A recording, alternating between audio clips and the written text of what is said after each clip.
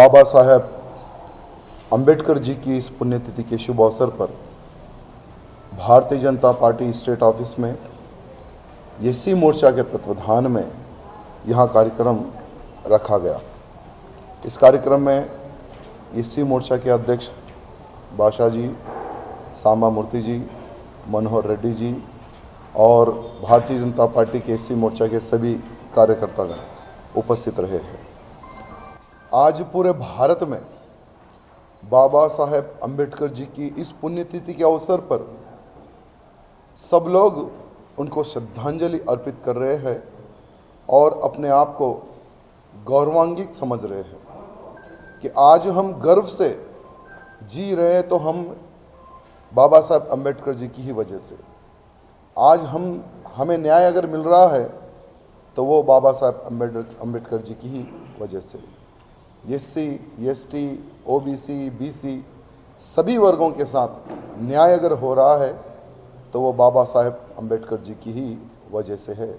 तो सभी लोग आज उनको नमन कर रहे हैं और उनको आज याद कर रहे हैं।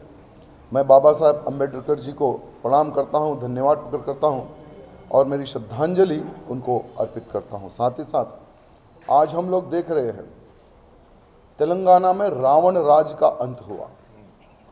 तेलंगाना में रावणों का राज था और ये रावण कौन था? केसीआर और उसका परिवार।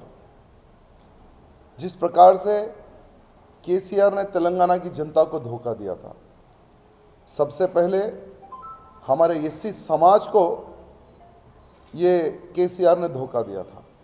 2014 में आप सबको याद होगा कि अगर मेरी सरकार सत्ता में आती, अगर मैं ज़्यादा विधायक जीतता हूं तो मैं दलित को मुख्यमंत्री बनाऊंगा, ये उनका आश्वासन था।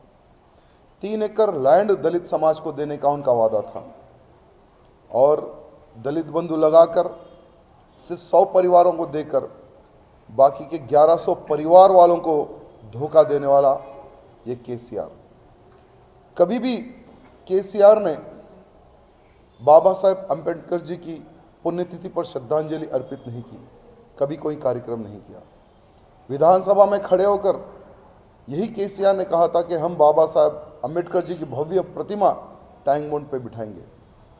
जबान देकर पलटने वाला केसीआर, लेकिन भारतीय जनता पार्टी ने हर बार जो किए इस वादे को याद दिलाकर केसीआर को मजबूर किया बाबा साहेब अंबेडकर जी की प्रतिमा टैंक बंड पर बनाने के लिए। आज वहां पर प्रतिमा बनी है तो वो केसीआर की वजह से नहीं, भारतीय जनता पार्टी के संघर्ष की वजह से है।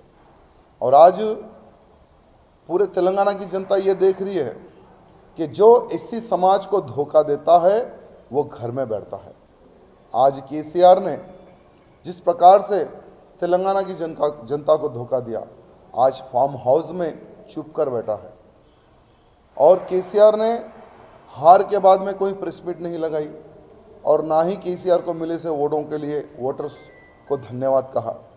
तेलंगाना की जनता देख रही है और बहिष्कार किया है केसीआर का, उसके परिवार का, उसकी पार्टी का।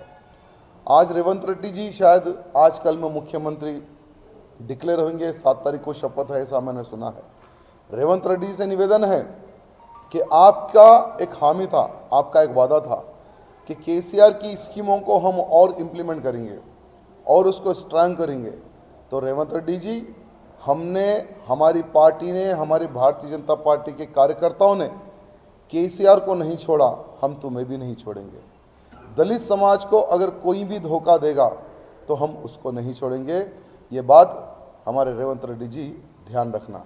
आज बाबा साहेब अंबेडकर जी को सारी दुनिया तो जानती है, लेकिन और जानने और पहचानने में अगर किसी ने कार्य किया है तो वो प्रधानमंत्री मोदी जी ने। पंच तीर्थ का निर्माण किया, 5 जगहों पर उनको इतिहास को वहाँ पर इम्प्लीमेंट किया। दिल्ली में भी एक नेशनल अकेडमी का निर्माण किया। तो आज भारतीय जनता पार्टी ने अंबेडकर जी के जो इतिहास को जितना प्रचार करना था उन्होंने किया है।